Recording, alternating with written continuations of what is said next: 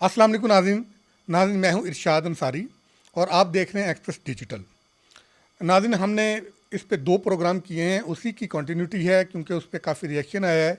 हम ये आपको बताएंगे कि हुकूमत की तरफ से जो पेंशन रूल्स अमेंडमेंट उसमें जो की गई, उसके क्या असरात आए और उसके बाद जो पेंशनर्स की जो तंजीमें हैं वो एक्टिव हुई। और पहले मरहले में तो हुकूमत को वजाहती जो ऑफिस मेमोरेंडम है वो जारी करना पड़ा और उसमें कुछ वजाहतें की और फिर ये कहा गया कि जो मौजूदा जो पेंशनर हैं उसकी जो है वो 25 साल की मुद्दत का भी उस पर इतलाक़ नहीं होगा और बाकी बेनिफिट्स में उनके रहेंगे। इसी तरह जो इजाफा होगा उसका भी उन पर इतलाक़ होगा। फिर जो प्री मेच्योर जो रिटायरमेंट लेंगे उनको भी जो लीव इनकैशमेंट ले चुके हैं वो लीव इनकैशमेंट उनकी इंटैक्ट रहेगी और इसी तरह उनकी 3% की जो कटौती है वो भी नहीं होगी। तो इस पे अब जैसे जैसे पेंशनर्स को इन अमेंडेड रूल्स की समझ आ रही है, उसको वो देख रहे हैं, तो उस पर वो रिएक्शन उनका शदीद होता जा रहा है। तो उसी तसलसल में हम आपको बताएंगे कि आज हमने जो वफाकी रिटायर्ड सरकारी मुलाजिम की जो तंजीम है पेंशनर्स की, उनके सेक्रेटरी जनरल सैयद फ़र्रुख सैर साहब हमारे साथ हैं। हम उनसे गुफ्तगू करेंगे और वो बताएंगे कि जो पेंशन रूल्स में अमेंडमेंट की है उसके उन पे क्या असरात पड़े हैं और आगे क्या पढ़ सकते हैं और अगर हुकूमत इसमें जो है वो किसी किस्म की जो है लचक का मुजाहरा नहीं करती तो फिर पेंशनर्स की जो एसोसिएशन है उसका क्या रिएक्शन होगा। हम आपको फ़र्रुख सैर साहब से बात करवाते हैं।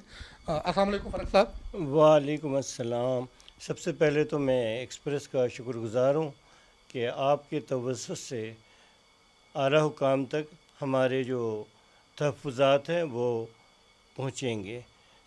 सबसे पहले मैं ये देखता हूँ कि एक तरफ तो हुकूमत कहती है महंगाई है, पेंशन हमारे ऊपर बहुत बोझ है, लेकिन दूसरी जानिब हुकूमत अचानक जजों की तनख्वाहों में बेपनाह इजाफ़ा करती है। यकीनन उनका हक़ है, लेकिन ये हक़ आपको ये नहीं देता कि आप पेंशनरों और गरीब मुलाजिमों के पेंशन में कटौती करें।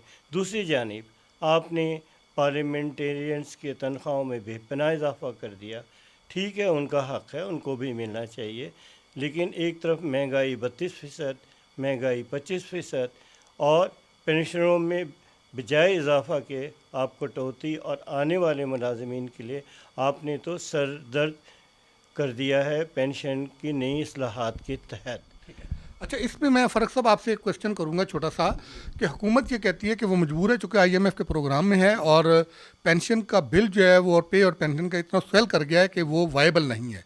तो मुश्किल हालात से मुल्क को निकालने के लिए उनको ये सख्त फैसले करने पड़े हैं।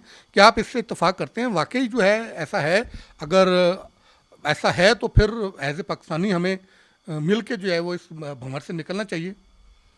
देखिए जी, ये तो जब हम स्कूल जा रहे थे उस वक्त भी यही प्रॉब्लम थी कि मुल्क मुश्किल हालात से गुज़र रहा है। लेकिन आप देखें, एक तरफ एडवाइज़र्स 25-25 लाख पे आप अपॉइंट कर रहे हैं, दूसरी तरफ गरीब सरकारी मुलाजमीन के आप पेंशन में जो है कटौती कर रहे हैं। आप कहते हैं पेंशन बोझ है। दुनिया में हर जगह जो है पेंशन मिलती है और इंग्लैंड में तो जब आप 60 साल की उम्र के होते हैं तो आपको मेडिसिन भी फ्री है। यहाँ तो हमें दवाइयाँ भी ख़रीदनी पड़ती है, महंगाई भी मीट करना पड़ता है, तनख्वाह दौरान मुलाजमत इतनी होती नहीं है कि हम बचत करें। सारी हम डिपेंड करते हैं इस पेंशन पे, बच्चों की शादी, मकान की तामीर। अब हुकूमत सिर्फ़ और सिर्फ छोटे मुलाजमीन के पीछे लगी हुई है कि इनकी पेंशन ख़त्म की जाए, ना कि हुकूमत को चाहिए कि मौजूदा महंगाई के पेश नज़र पेंशन जो है उसका फार्मूला जो है वापस ले। क्योंकि हुकूमत ने 2 साल की पेंशन पे जो एवरेज किया है, तो इससे मुलाजमीन के पेंशन में इजाफे के बजाय में एक तरफ महंगाई में इजाफा हो रहा है, दूसरी तरफ पेंशन में कटौती हो जाएगी। हाँ, इसका थोड़ा सा ये बताइएगा, यही मैंने आपसे अगला क्वेश्चन करना था कि ये जो 2 साल की एवरेज पे उन्होंने कहा है, तो इससे एक जो मुलाजिम रिटायर्ड होगा उसको एवरेज कितना नुकसान होगा और इसका कम्यूटेशन पे क्या फ़र्क पड़ेगा और बाकी चीज़ों पे क्या इसके असरात पड़ेंगे? देखिए, इससे पहले तो गवर्नमेंट जो है वो लास्ट पे पेंशन जो है वो देती थी। अब गवर्नमेंट ने पिछले 2 साल, यकीनन पिछले साल तो तनख्वाह मुलाजिम की कम होती है, इंक्रीमेंट लगता है, फिर जब उसकी रिटायरमेंट की डेट आती है तो पेंशन में इजाफ़ा हो जाता है, तनख्वाह में इजाफ़ा होता है, उसी पे पेंशन पे इजाफ़ा होता है। फ़र्ज़ करें कि पिछले साल अगर एक मुलाजिम की तनख्वाह 800 थी और इस साल लास्ट पे उसकी 1000 रुपये है, तो टोटल जो है बजाय 1800 बनती है 2 साल की एवरेज की, जो गवर्नमेंट ने अभी फार्मूला किया है। तो 1800 में आपने जो एवरेज पेंशन निकालना है, वो यकीनन मुलाजमीन की न सिर्फ पेंशन कम हो जाती है बल्कि उसकी कम्यूटेशन भी कम हो जाएगी और वो इंतहाई ख़सारे में चला जाएगा। 1000 रुपये पे अगर आप गवर्नमेंट लास्ट पे से अगर बनती है 1000 रुपये, तो 1000 रुपये में तो पेंशन ज़्यादा बनेगी बनिस्बत जो है अगर 2 साल का आप करते हैं तो वो 2000 बनती है। अगर पिछले साल 800, इस साल 1000 है, तो एवरेज 1800 बन जाती है। जो एवरेज है इसमें सरकारी मुलाजिम का सरासर नुकसान है, कंपटीशन में हज़ारों रुपए का, पेंशन में हज़ारों रुपए का नुकसान है। वो बेचारे पहले ही मरे पड़े हैं, आपने ये एवरेज करके एक नई कहानी शुरू कर दी है। आपने अगर करना है तो आप जो अर्दली अलाउंस पेंशन के साथ लेते हैं आप उसे ख़त्म करें। आप क्योंकि मसाइल तो मुल्क के माशी मसाइल सारों के लिए हैं, ये सिर्फ बेचारे गरीब मुलाजमीन के लिए नहीं है। ग्रेड 20 से अफसरान जो है पेंशन के साथ जो है रिटायरमेंट के बाद उनको अर्दली अलाउंस भी मिलता है, जबकि वो अर्दली रखते भी नहीं है। तो आप उसको ख़त्म करें। यानी आप ये कहना चाह रहे हैं कि सिर्फ छोटे मुलाजमीन नहीं बल्कि अगर मुल्क के मसाइल हैं तो वो सब के लिए, और सब अपना जो है वो कहते हैं ना कि हिस्सा बकदर जुस्सा जो है वो अपना इसमें हिस्सा डालें। जो जजेस को मराहत मिलती हैं या इसी तरह जो है वो बड़े ब्यूरोक्रेट्स को मिलती हैं या मिलिट्री के जो लोग हैं उनको मिलती है, कुछ सब के साथ यकसा सलूक किया जाए, आप ये कहना चाह रहे हैं? जनाब, मेरा कहने का ये मकसद है कि ग्रेड 1 से 16 नहीं, ग्रेड 1 से 22 तक सबसे आप कुर्बानी लें, हम इसके लिए तैयार हैं। लेकिन ये नहीं आप कर सकते हैं कि आप छोटे ग्रेड वालों को जैसे आप निकाल रहे हैं 1.5 लाख 2 लाख, आप जनाब साहब पेंशन भी कम कर रहे हैं। आप जब पेंशन कम करते हैं तो नुकसान तो छोटे मुलाजमीन का है, बड़े मुलाजमीन को तो पेंशन के साथ आफ्टर रिटायरमेंट भी आप अर्दली अलाउंस देते हैं, वो छोटे मुलाजमीन को नहीं मिलता है। ग्रेड 20 और ऊपर के अशरफिया जितने भी हैं, जिसमें जजेस और ब्यूरोक्रेट्स और भी दीगर जो हैं, उन सबको मिलता है। जिनको अर्दली अलाउंस मिलता है उसको आप ख़त्म करें ना, नंबर 1।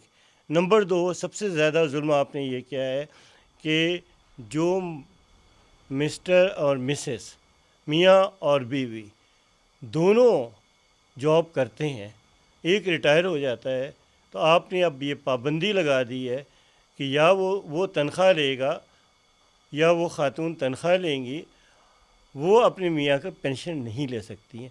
हर सर्विस करने वालों का ये हक़ है कि उसको रिटायरमेंट के बाद या जब उसकी पेंशन जो है लागू होती है तो उसको पेंशन उसके फैमिली को मिलना चाहिए, बेशक वो सर्विस में हो। आपने ये क्या कि एक पेंशन किया है और उसकी मिसेस जो कि अगर या मिस्टर जो रिटायर हो गए हैं उसकी पेंशन दूसरी मियाँ या बीवी दोनों में से कोई भी आप नहीं ले सकेंगे। ये आपका सरासर जुल्म है। जब मैंने सर्विस किया है तो मुझे पेंशन मिलना चाहिए या मेरी फैमिली अगर सर्विस कर रही है, लेकिन मेरी पेंशन तो बनती है और मेरी पेंशन भी मेरी फैमिली को मिलनी चाहिए।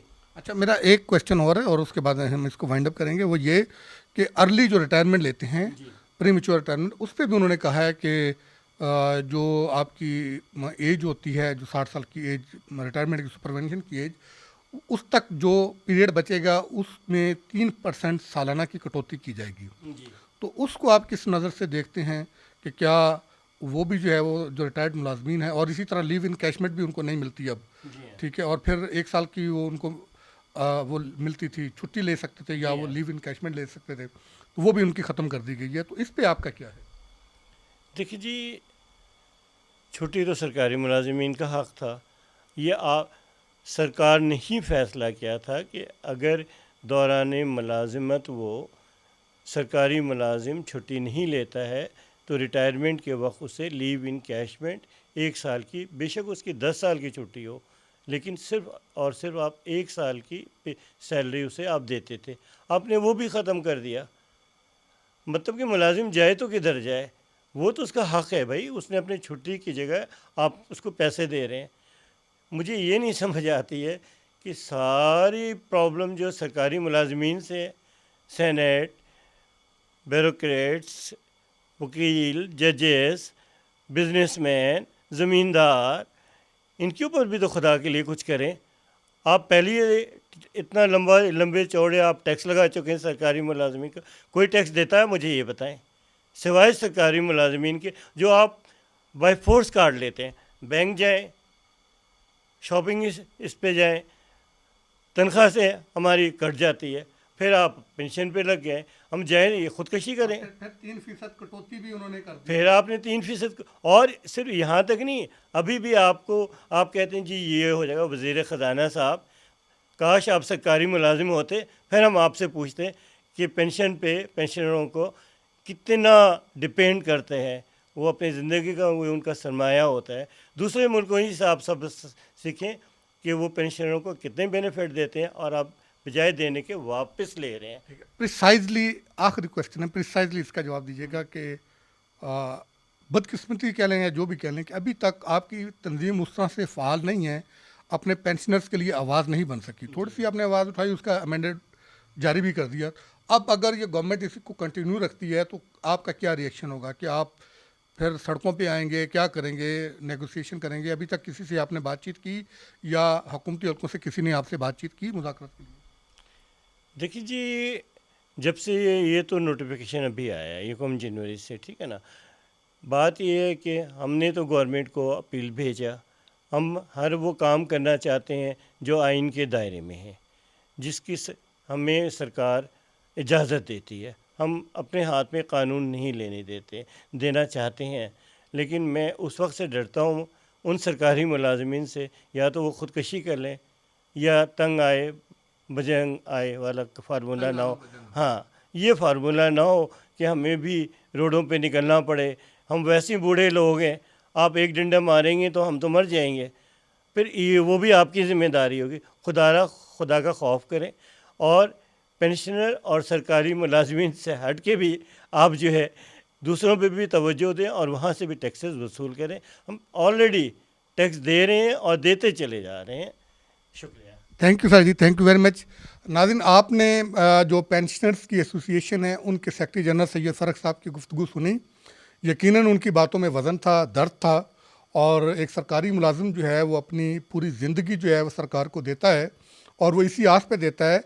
हालांकि वो सर्विसेज अगर वो प्राइवेट सेक्टर को फराहम करे तो वो उससे कई गुना ज़्यादा कमा सकता है पर मंथ, लेकिन वो सेक्रीफाइस करता है, इसी आस पे करता है कि उनका बुढ़ापा सुकून से गुजर जाएगा, और बुढ़ापे में अगर उनको कोई बीमारी आ जाती है या उनके कोई खुदा न खास्ता डेथ हो जाती है तो उनकी जो अहल खाना है, फैमिली है, वो कसम पुरसी की उस तरह ज़िंदगी नहीं गुजारेगी, कम अज़ कम बाइज़्ज़त तौर पे जो है वो अपनी ज़िंदगी गुजार सकेगी। लेकिन अब जब गवर्नमेंट जो है वो शिकंजा टाइट किए जा रही है सिर्फ एक ही सेक्टर पे, तो उससे उनके जो एहसासात हैं वो मजरूह हुए हैं, वो हर्ट हुए हैं। तो ये हमारा असासा है, हुकूमत को वाकई इस पे सोचना चाहिए। अगर मसाइल हैं तो ये बात इनकी बिल्कुल दुरुस्त है कि गवर्नमेंट अक्रॉस द बोर्ड इस बोझ को शेयर करे, अशराफिया को भी ऑन बोर्ड ले, सिर्फ उन्हीं लोगों पे इसका जो है वो बोझ ना डालें कि जो मजबूर और बेकस लोग हैं, कि जो उस तरह से आवाज़ नहीं उठा सकते या उनकी उस तरह से अप्रोच या पहुंच नहीं है। तो लिहाजा अरबाब इख्तियार को ये सोचना चाहिए कि ये हमारा असासा है, इनकी हम कदर करें।